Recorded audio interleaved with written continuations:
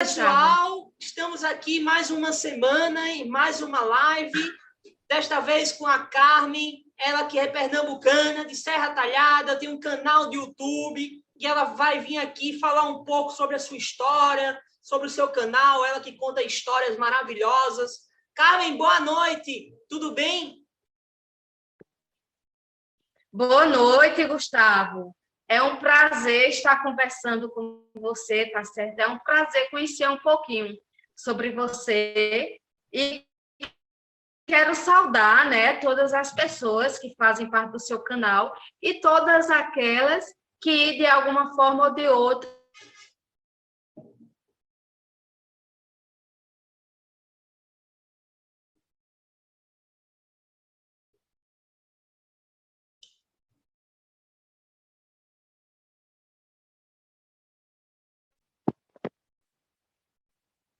E aí, Gustavo? Oi, Carmen, agora te escuto. Agora te escuto. Escutou o que eu falei? Bem pouco, só até saudar. Ah, sim, né? Eu sou a Carmen, né? Eu nasci em Serra Talhada, mas moro em Arco Verde. Sou pernambucana e agradeço o convite, viu, Gustavo? De estar aqui conversando, partilhando, conhecendo um pouquinho e quero saudar todas aquelas pessoas que fazem parte do seu canal e aquelas que, de alguma forma, irão visualizar, ver essa entrevista, ver essa live, tá certo? Tá bom, Carmen. Me conte um pouco sobre ti, por favor. Então, como eu falei, meu nome é Carmen, nasci em Serra Talhada. Moro aqui, meus pais vieram para Arco Verde, eu tinha 8 anos de idade. Eu trabalho com o público da educação especial na escola. Em uma escola eu trabalho como intérprete de Libras, mas atualmente eu estou com uma aluna que tem a deficiência intelectual. E no Centro de Reabilitação Mensana, que trabalha, atende as 4 deficiências lá, então eu sou pedagoga e a minha especialização, né, os pacientes que eu recebo são os pacientes com deficiência visual e auditiva, né? Que legal. Pernambuco, eu tenho certeza que Pernambuco é muito agradecido pelo seu trabalho, porque você deve fazer muita diferença na vida de nós, pessoas com deficiência, né, Carmen? Como é que foi esse início para você? Foi algo estranho? Você já conhecia pessoas com deficiência? Como é que foi? Na verdade, Gustavo, quando eu sempre me chamou a atenção, né? Sempre me chamou a atenção e eu sempre quis. Então, eu comecei a procurar algumas escolas que possivelmente ensinassem Libras e também o Braille. Só que o meu objetivo era aprender e convidar as pessoas com baixa visão, ou cegas, ou surdas, enfim, para fazer parte da liturgia. Eu não pensava em emprego, em trabalhar dentro da área de uma forma remunerada. Eu pensei em trazê-los, ofertar para eles a parte religiosa, né? Incluir dentro da Igreja Católica, que é aquela que eu faço parte, né? Eu tentei, eu motivei, a gente chegou a fazer divulgação na missa, convidando pessoas com deficiência visual que quisessem participar da liturgia, né? Aí depois foi que veio a questão de trabalhar em escola, já que eu não consegui trazer para dentro da igreja, tá entendendo? Então, foi surgindo as possibilidades, né, do mercado de trabalho e eu me identifiquei muito, muito mesmo, e me identifico até hoje, faço de coração mesmo, amo o que eu faço. E qual o seu primeiro contato foi com uma pessoa com qual deficiência e como é que foi a sua primeira vez com uma pessoa com deficiência que você conheceu? Olha, foi em 2012, né? O meu primeiro contrato, né, foi em 2012 para trabalhar com uma criança, na época com 12 anos, ele tinha a perca auditiva, né? Mas os pais tinham tardiamente feito uma cirurgia do implante coclear. Então, eu fui trabalhar uma reabilitação dentro da escola com essa criança. E em 2012 também, eu fiz um trabalho voluntário nessa mesma escola, na Escola Carlos Rios, a qual eu ainda estou trabalhando. Então, em 2012, 2013, entre 2012 e 2013, eu conheci uma pessoa com deficiência visual, o nome dela é Isailda, e ela iria estudar nessa escola. E até então não tinha havido seleção e não tinha alguém para ajudar ela com o pedagógico, né? Como ela tinha outros problemas de saúde, a gente sabe, né, que a pessoa com deficiência visual não tem direito a ter aquela pessoa, aquele braillista ali na sala. É um contraturno, né? Essa pessoa Sim. está em um contraturno. Mas, assim, Isailda tinha outros problemas de saúde, pressão alta, enfim. Então, ela teve o direito de ter uma pessoa com ela em sala de aula. Então, como não tinha ninguém para ficar com ela, né, no momento, porque não tinha seleção, enfim. Então, eu fiz um trabalho voluntário. Eu fiquei 4 meses em sala de aula com Isailda, pedi.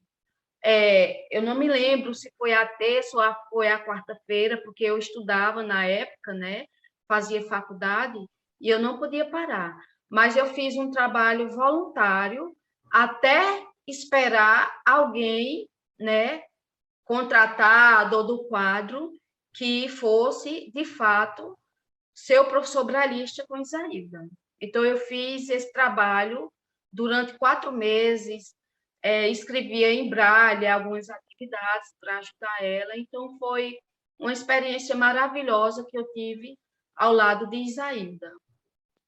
A perca total também da visão. Já perdeu a visão com 24 anos, por aí assim. Minha vida é também muito de fazer trabalhos voluntários, tá entendendo, Gustavo? Sim, sim.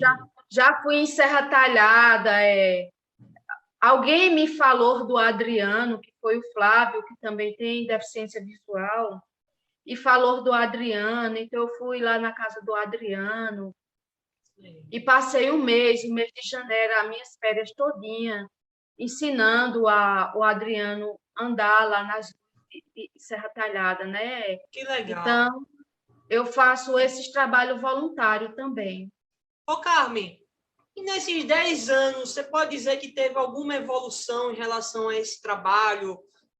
Você encontrou pessoas com deficiência melhores e tal? Ou você acha que desde que você começou é a mesma coisa? Não, tem evolução, sim, e muita. Mas eu entendo muito, Gustavo, que para aquela pessoa que está do nosso lado, o nosso aluno evoluir, é preciso que o professor, seja o intérprete de Libras, seja o professor de apoio, o cuidador, ele acredite no potencial daquele aluno, tá certo? Então, quando a gente acredita no potencial do aluno, ele flui muito, ele evolui muito. Se não acreditar, então não vai querer, não vai ter como. Se o professor não acreditar que aquele aluno é capaz, que ele pode sair daquele nível que ele está, né, e ter um aprendizado melhor, então esse professor não vai fazer tanta coisa por esse aluno. Então, vai muito da pessoa que está do lado. Isso é o que eu concluo durante todos esses anos. Tá entendendo, Gustavo? Entendi. E não estou aqui fazendo crítica, tá certo? Eu estou dizendo de coração aquilo que eu percebo, além do mais, porque também eu vou compartilhar esse link, tá certo? Com minhas amigas, e se elas ver que eu não estou dizendo isso, elas vão saber que eu estou mentindo, porque elas conhecem muito de mim e sabem dessa minha opinião. Sim.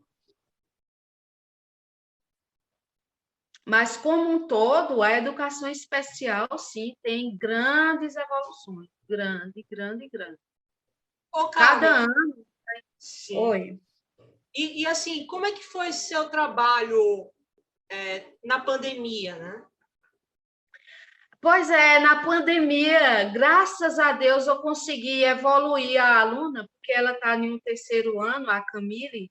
Eu vou te falar dos dois, né? Porque eu trabalhei em uma escola e também em um centro em reabilitação. Então, a Camille, ela estuda um terceiro ano, né? Mas o, o nível mesmo do aprendizado dela é de uma pessoa de um quinto ano, tá certo? Então, durante a pandemia, eu fazia as aulas online com ela, com essas atividades adaptadas, com atividades de um quinto ano. Eita, Sim. eu vou falando, Gustavo, porque saiu aqui, tá certo? Tá bom, não tem problema. Eu vou falando até eu me encontrar aqui. Tá bom, tá certo. O que importa é o Pronto, conteúdo. Mas me você voltou. encontrei. Voltei, foi.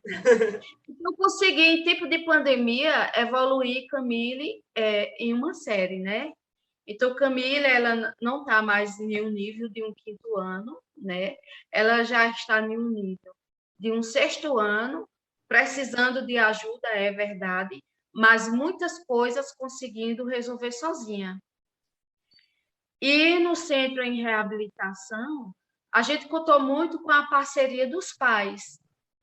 Eu gravava vídeo, né, dentro da patologia de cada um, dentro do que cada um podia evoluir, e a gente contava muito com a parceria dos pais, porque não havia como, né? No caso, tinham pacientes com a perda total da visão, então não tinha como ir lá fazer. A maioria são crianças de 5, 6 anos, tem deles com 10 anos, com 12, mas que tem hidrocefalia, tá entendendo? Então, é uma combinação, são múltiplas deficiências de uma criança só. Então, a gente precisou muito da ajuda dos pais. A gente dava a orientação, dizia como eles adaptar o material e eles faziam lá, né, atividades com os filhos. Sim. Carmen, e quando é que surgiu o seu canal de YouTube? Pois é, meu canal de YouTube, ele é recente, ele deve ter 1 mês e 15 dias estourando. Ele tem 1 mês e 15 dias, mais ou menos, né? E o que é que te fez E criar esse canal? esse canal partiu do desejo de contar as histórias, né? É um canal, por mais que eu conte a história de uma santa, né? Eu sou católica, a Santa Josefina Baquita, é uma santa não tão conhecida, né? Mas ela tem uma participação, está com uma participação muito linda na minha vida. Então, eu quis falar daquilo que eu acredito e que me ajudou em momentos de crises, em momentos de alegria. Eu entendo assim, Gustavo. A gente está vivendo, se você prestar atenção, a gente se acorda já fazendo as coisas, já em cima da hora para cumprir horário, e a gente já vai dormir também, a cabeça está trabalhando direto. É como se o tempo, as 24 horas do dia, é como se tivesse pouca, tá entendendo? Então, eu sempre parei, eu sempre gostei de dar aquela pausa para refletir como eu estava vivendo, quem sou eu, o que estava me motivando a fazer tais coisas. E as fábulas, os contos, a música, foram coisas que me tocaram muito, me ajudaram muito. Então, assim, eu quis, de certa forma, passar aquelas coisas que me ajudaram para outras pessoas. Às vezes, tem pessoas passando pelo que eu passei, por dificuldades semelhantes, ou piores ou melhores, e estão precisando de uma palavra. Então, eu fui a partir do que eu acredito. As histórias dos santos, que tem vários deles têm participação maravilhosa em minha vida, e levar, de certa forma, uma palavra que motivasse, que elevasse a pessoa que estivesse me ouvindo, né? Então, da forma que me ajudou, eu gostaria que ajudasse muito mais outras pessoas. Então, o objetivo é que Deus toque almas, que Deus toque coração. Ô, Carmen. O que eu acho interessante, Gustavo, só falando sobre a história da Santa Baquita, é o quanto que ela está unindo corações. Porque dentro do meu canal existem pessoas de outras religiões acompanhando e dando opinião sobre a história da Santa Josefina Baquita, né? E as fábulas, as intérpretes, elas são de religião diferente da minha, né? Então, eu estou achando bonito essa comunhão, essa unidade, que somos filhos de um mesmo Pai, né? Sem separação. Então, eu estou achando lindo isso. Ô, Carmen, e como é que nós podemos encontrar? Qual o nome do seu canal? Carmen da Silva. Escreve tudo juntinho. Não tem separação. Carmen da Silva junto. Certo. Eu faço o convite aí, quem quiser dar uma acessada, quem quiser olhar, gente. Espero que vocês gostem. Ah, com certeza vão gostar. Eu já vi uma história que você contou e é muito boa a forma que você conta, que você fala. E, Carmen, você falou aí de alguma dificuldade que você viveu e conseguiu vencer. Você poderia exemplificar? As dificuldades? Sim. Ah, ok. Sim, já teve várias dificuldades que eu vivi, por exemplo, no lado profissional, eu já passei por dificuldades. Graças a Deus, com a família já teve também, né? Mas, assim, nada de pessoal nosso, graças a Deus, meus pais, nós somos comigo, né? Meus pais têm 4 filhos comigo. Então, graças a Deus, nós somos bem unidos, assim, entre nós não há atritos. Graças a Deus. Deus me deu uma família maravilhosa, né? Então, já passei várias dificuldades, assim, no lado profissional. Até, assim, também eu tenho um lado missionário muito forte, né? Eu sempre estou realizando aquilo que, de fato, eu gosto. Eu me considero uma missionária e tem coisas que eu gostaria de realizar e que não é possível, que não chega. Então, de certa forma, vem aquele conflito, está certo? E, por vezes, assim, eu me questionando, eu fazendo a minha meditação, aí era nesses momentos que vinha uma fábula, né? As fábulas eu já acompanho, história de fábula, mais de 10 anos atrás. Então, são coisas que sempre me autoajudaram. O contato, assim, a relação interpessoal, de certa forma, né? Cada cabeça é um mundo. E, de certa forma, a gente encontra pessoas que nos desestrutura um pouco, ou que tenta, né? Então, essas coisas sempre me causaram um certo choque, sempre me surpreendeu muito, e me surpreende muito, por vezes, a condução de algumas pessoas, né? Existe ser humano para tudo. Certo, Carmen. Carmen, já estamos entrando na nossa reta final. Foi muito bom estar aqui conversando. Estamos aqui conversando contigo. E, Carmen, eu quero que você fale um sonho que você queira realizar após essa pandemia. Da minha continuidade, Gustavo, mais ou menos com uns 14, 15 anos, lá na adolescência, eu tinha muito desejo de ir para o Haiti. Muito desejo de ir para o Haiti e Etiópia. Só que Etiópia eu sempre via uma possibilidade distante e nem falava sobre isso dentro de casa tanto. minha questão era mais o Haiti e procurei Cruz Vermelha, procurei a igreja, né?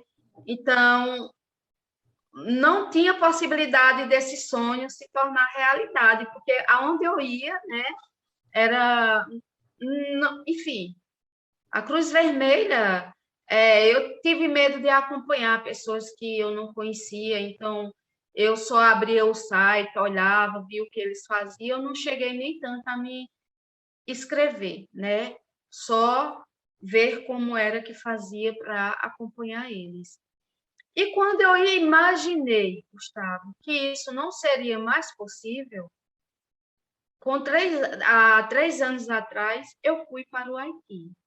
Olha só. Então, o meu sonho, ele não acabou ali. Pelo contrário, eu fui e tenho o desejo do mais. E estava me organizando, tanto é que eu não tirei férias no centro de reabilitação. Eu não tirei férias porque eu queria novamente ir para o Haiti. Aí o que foi que aconteceu? Veio a pandemia. Veio a pandemia e eu não consegui ir para o Haiti. E estamos no segundo ano, né, que seria para eu tirar férias, e não tirei novamente, porque eu quero passar um maior tempo, o que eu puder, é claro, né, que eu preciso voltar para trabalhar, eu quero novamente ir para o Haiti. E como é que é o Haiti? Olha, Gustavo, precisa ir para acreditar. Um povo lindo, mas um povo que são muito sofridos.